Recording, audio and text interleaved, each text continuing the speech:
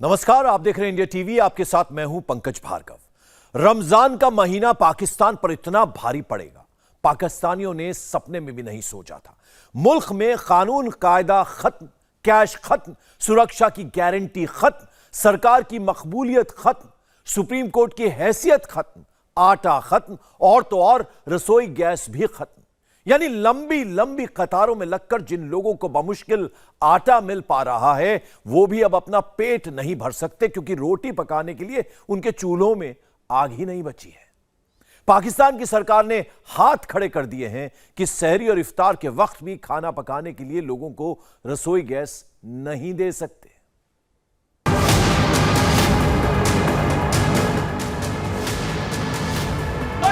चाचा, मरियम के चाचा, मरियम का भाई, मरियम के पापा, मरियम का चाचा, ये पूरा टब्बर। पाकिस्तान में चोर चोर का शोर। लोगों के पास है कुछ नहीं, लोगों के पास कब्र के पैसे नहीं है और कफन के पैसे नहीं है। पता नहीं शर्म पर्दे में किस तरह लोगों की जिंदगियां गुजर रही हैं। लोग बगावत पर आए हुए हैं। किसी को ये बात समझ आती है तो समझ ले। पाकिस्तान में फौजी रूल पर जोर। अगर किसी मुल्क में आईनी बुरहान और कॉन्स्टिट्यूशनल क्राइसिस का जन्म सुप्रीम कोर्ट से हो तो उसके ऊपर कौन एतमाद करेगा? एक लाडले की, एक घड़ी चोर की सहूलतकारी हो तो ये काबिले कबूल नहीं है। पाकिस्तान का चूल्हा चौका ठप। जो गैस नहीं है वो तो दी नहीं जा सकती, तो हमारे पास जितनी गैस होती है वो हम बांट देते हैं। किसी भी वक्त को मुश्किल फैसला करना है। इस मुल्क के 80% लोग जो हैं वो गरीब हैं। पे मुकर्रर है कि हम इंडस्ट्री की जिस हद तक भी गैस फराहम कर सकें वो करें। इस बंद गेट के पीछे पाकिस्तानियों की रोजाना की किस्मत बंद पड़ी है, जिसे हासिल करने के लिए हर पाकिस्तानी धक्के खाने और जमीन पर लौटने को भी तैयार है। एक बोरी आटा। जी हां, लाहौर के इस दफ्तर में शहबाज सरकार की रमजान आटा स्कीम चल रही है और देखिए बाहर का हुजूम।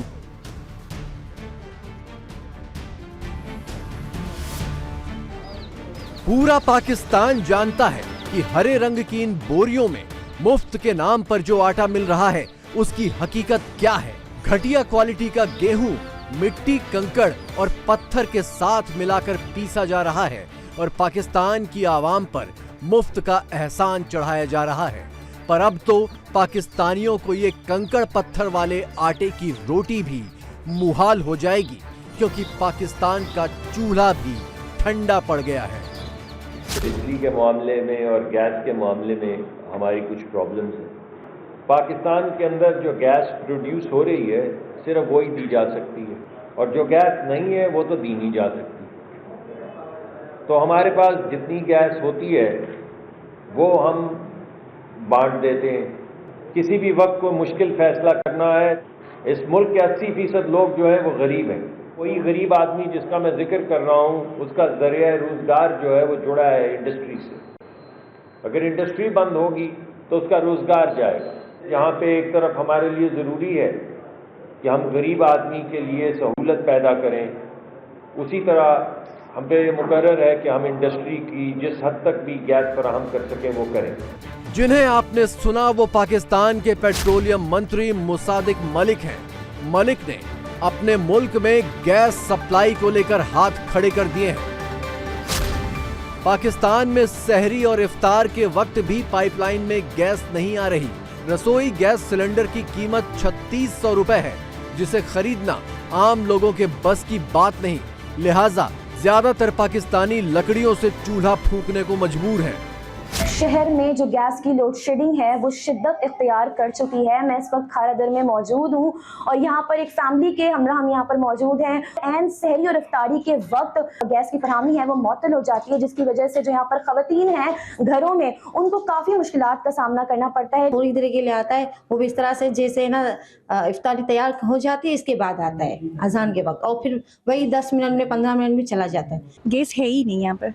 जब होती भी है ना तो सिर्फ ऐसी टाइम पर आती है जिस टाइम पर पकाने का होता ही नहीं है। ना शहरी में गैस है ना इफ्तारी में गैस है, ना अभी भी आप जाके देखेंगे तो बिल्कुल भी गैस नहीं है। पानी नहीं है, किधर का आप हम आगे बैठ गए, इधर पानी नहीं है, गैस नहीं है, क्या क्या क्या मुसीबत है।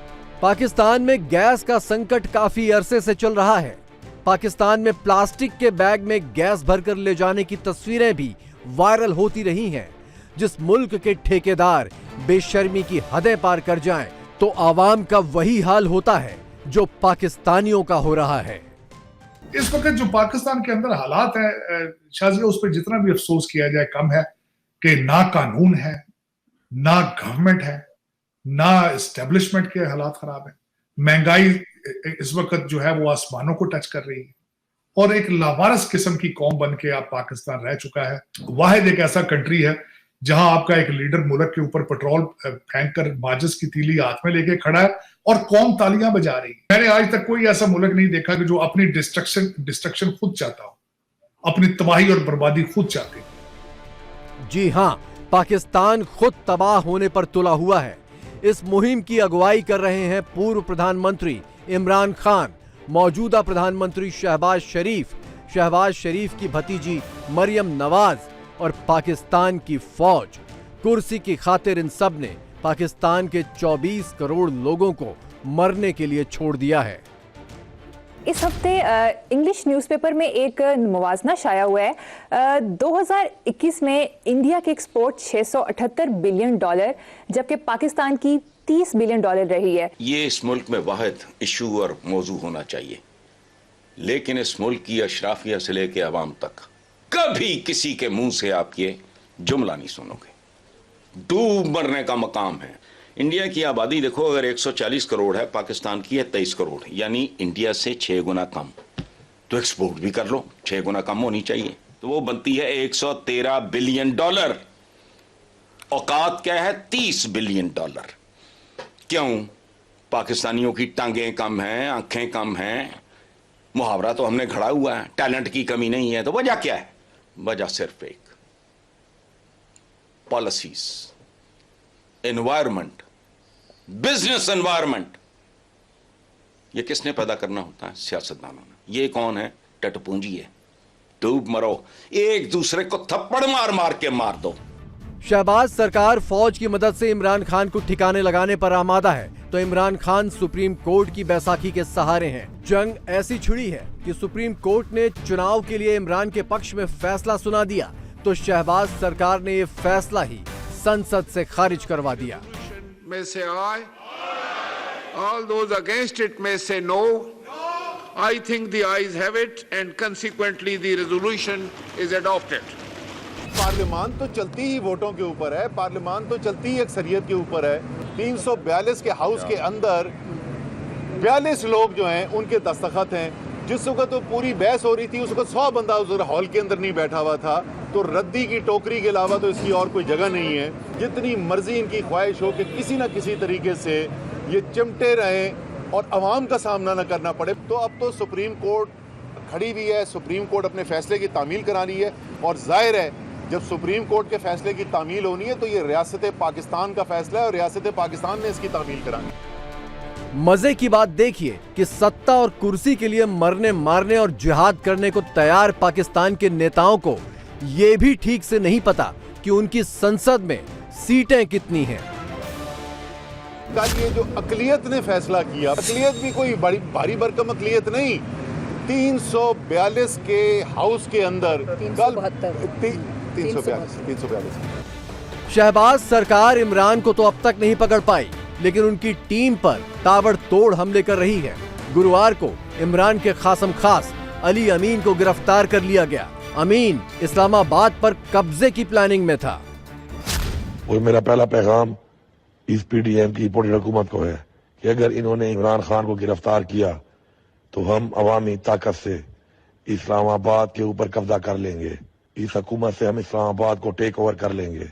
और मेरा दूसरा पैगाम पुलिस को है कि अगर पुलिस ने इस साजिशी हुकूमत के साथ मिलकर हमारे रास्ते में रुकावट पैदा की तो हम इनको पुलिस की तरह नहीं बल्कि पीडीएम के वर्कर की तरह डील करेंगे। तो इसलिए बेहतर है कि इस सियासी जंग में आप इस जंग से दूर रहें और अवाम को फैसला करने दें। इमरान समर्थकों के हौसले फिर भी डिगे नहीं हैं। इमरान की तरह ये लोग भी हर हाल में चुनाव करवाने की जिद पर अड़े हैं। ये जो आपके इर्द गिर्द वर्कर खड़े हैं ना, ये पूरा 14 मई का इलेक्शन अपने हाथों से शफाफ और इंसाफ कराएंगे। ये जो पुरानी रवायत है ना इस मुल्क में कि इंतजामिया कुछ कर लेगी या पुलिस जो कुछ कर लेगी, ये यकीन जाने पाकिस्तान में ये पुरअमन इनकलाब है। हर चीज़ को ये हमारे वर्कर्स बहा के ले जाएंगे। कोई चीज़ 14 मई के इलेक्शन में हमारे नज़दीक नहीं आ सकती। जो राना सनाउल्लाह है ना, उसका वो हाल होना है कि पाकिस्तान में इससे पहले कभी किसी का ये हाल नहीं हुआ। ये 14 जमातें हैं, इनके मुंह पे चीफ जस्टिस ने चपेट मारी है खींच के। जो पीडीएम की जमातें हैं, इनको बहुत बड़ा सदमा पहुंचा है और इनको जो चपेट लगी है ना चीफ जस्टिस की तरफ से, ये सारी जिंदगी याद रखेंगे। इमरान खान खुद तो अदालतों में सिर ढक कर जाते हैं, लेकिन जनता को जिहाद का नारा दे रहे हैं। जब तक इमरान खुद सत्ता में थे तो भारत के खिलाफ जहर उगलते रहे, लेकिन अब अपने डूबते मुल्क को भारत से सीखने की नसीहत दे रहे हैं। सुप्रीम कोर्ट सो मोटो लेता है और वो फैसला करता है 90 दिन का इलेक्शन, और अब पार्लियामेंट में रेजोल्यूशन कैबिनेट फैसले कर रही है कि हम मानते नहीं है सुप्रीम कोर्ट का फैसला। अमीर और गरीब मुल्कों के अंदर फर्क ही एक है। अमीर मुल्कों में इंसाफ है। पाकिस्तान 140 मुल्कों में 129 नंबर पे है। उधर देखें खुशहाली और हमारा हाल देखें। वो माहौल बनाएं जिसमें सरमायाकारी हो, और वो सरमायाकारी के माहौल के अंदर जो सबसे पहले इस मुल्क में सरमाया करेगा वो बैरून मुल्क पाकिस्तानी है, फिर बाहर से सरमायाकारी होगी। आज इमरान खान को भारत की याद आ रही है, लेकिन भारत के साथ कारोबार बंद करके पाकिस्तानियों को महंगाई में डुबोने के जिम्मेदार भी यही इमरान खान हैं। लेकिन हम देखते हैं कि भारत को मोदी साहब ने दुनिया की 5वीं बड़ी मईशत बना दिया, लेकिन इमरान खान साहब आज भी कंटेनर के ऊपर हैं। इसके हवाले से आप क्या कहना चाहेंगे? देखिए, मोदी साहब का और खान साहब का कंपैरिजन बनता नहीं है। खान साहब 4 साल रहे हैं तो बिल्कुल उनका बिहेवियर कुछ और था। जब वो यहां से निकले हैं उसके बाद उन्होंने मोदी साहब की और डॉक्टर जयशंकर साहब की मिसालें देनी शुरू की। एक दफा इन्होंने फैसला किया था भारत के साथ ट्रेड शुरू करने के लिए, लेकिन सुबह उठते ही उस पर ये मुकर गए थे। उसके बाद मोदी साहब तो जब वो चीफ मिनिस्टर थे और जब उनके पास पैसे थे, वो उनके पास सेविंग थी, तो वो दिल्ली जाने से पहले अपने सारे मुलाजमों में पैसे बांट गए थे। उनकी अभी भी जो पैसे आते हैं वो सुना किसी यतीम खाने को जाते हैं या किसी इंस्टीट्यूशन को जाते हैं। हमारे तो यहाँ पे आपको पता ही है जो हालात चल रहे हैं। 75 सालों से भारत के प्रति नफरत का नशा देकर पाकिस्तान के हुक्मरान अपनी आवाम को बुनियादी मुद्दों से बहकाते रहे, कश्मीर के नाम पर जिहाद का नारा देकर भड़काते रहे। लेकिन वही जिहाद अब पूरे पाकिस्तान के सिर पर नाचने लगा है और कश्मीर भारत के साथ आबाद है। तो मैं आपसे ये पूछना चाहूंगी कि सिर्फ वही लोग आजाद हैं जो कि सोशल मीडिया पर आते हैं? कुछ ही लोग हम देख रहे हैं कि बाकी लोगों को भी आजादी है। हम में से कोई भी जब सामने आता बोलता है कि भाई हम खुश हैं इंडिया के साथ, आपको उस पर यकीन नहीं करना, आपको उन्हीं जर्नलों पे यकीन करना जो आप पर जुल्म करते हैं, जिन्होंने आपके हक खा रखे हैं। क्या इस इंसर्जेंसी में लोकल पार्टी जैसे हुर्रियत, उनका हाथ नहीं था? ये आपने पूछा ना जी, मैं मानती हूँ उनका हाथ था। मतलब इन्होंने सक्सेसफुली जो है पाकिस्तान को गुमराह कर दिया, इन सिंपल लैंग्वेज उल्लू बना दिया, और पाकिस्तान उल्लू बन गया। क्योंकि लोग तो कभी नहीं चाहते थे ना कि मतलब किसी रेडिकलाइज स्टेट का हिस्सा बन जाए। लोग यही चाहते थे कि उनके हुकूक मिले, चाहे वो खुद मुख्तारी से हो या चाहे वो इंडियन गवर्नमेंट के साथ हो। और इंडियन गवर्नमेंट, हाँ ये बात सच है कि लोगों को इंडियन गवर्नमेंट के साथ जुड़ने नहीं दिया जा रहा था। कोशिश की जा रही थी कि लोगों को हमेशा, लोगों के दिलों में लोग हमेशा खफा रहें। थोड़ा सा दिमाग होता है आपके सियासतदानों को तो वो ये कहता कि हम क्यों भाई इंडिया के साथ या फिर अफगानिस्तान के साथ या किसी के साथ हम क्यों दुश्मनी करें। हमें पहले अपने नेशन का सोचना है, अपने सिटीजन्स का सोचना है, अपनी आवाम का सोचना है। पाकिस्तान की आवाम अपनी सरकार से सवाल कर रही है कि कश्मीर की फिक्र छोड़कर अपने लोगों की फिक्र कब करेंगे, भारत से नफरत का जहर कब तक पिलाते रहेंगे। पाकिस्तान इंडिया के जो ताल्लुकात हैं वो क्यों नहीं अभी तक हल हो पा रहे? क्या ये कभी भी हल नहीं हो सकेंगे? क्या ये आने वाले कुछ सालों में या कुछ माह में हल हो जाएंगे? जो अवाम है ना वो चाहती है जो ये चल रहा है ना सब ठीक हो, सबको सुख होगा। तो जो एक खल्फ होना चाहिए, जो जानता है वो चाहती है, लेकिन जो पॉलिटिक्स है वो नहीं चाहती। हमने इतने शक्ल बिगाड़ दी है दीन की कि लोग मुसलमानों से डरना शुरू हो गए हैं। ये जो हिंदू और मुसलमानों के दरमियान अजीब सा इन्होंने माहौल क्रिएट कर दिया है, इसको ख़त्म किया जाए। हम एक ही खित्ते के लोग हैं, हमारा कल्चर ऑलमोस्ट सेम है, ज़बानें हमारी सेम हैं, लेकिन हम एक दूसरे के दुश्मन बने हुए हैं। पाकिस्तान आज वही काट रहा है जो उसने 75 साल बोया है। अफसोस बस इस बात का है कि हुक्मरानों का किया धरा आवाम को भुगतना पड़ रहा है। इंडिया टीवी हर वक्त हर जगह डाउनलोड करने के लिए सर्च करें India TV news Google play store या ऐप स्टोर पर।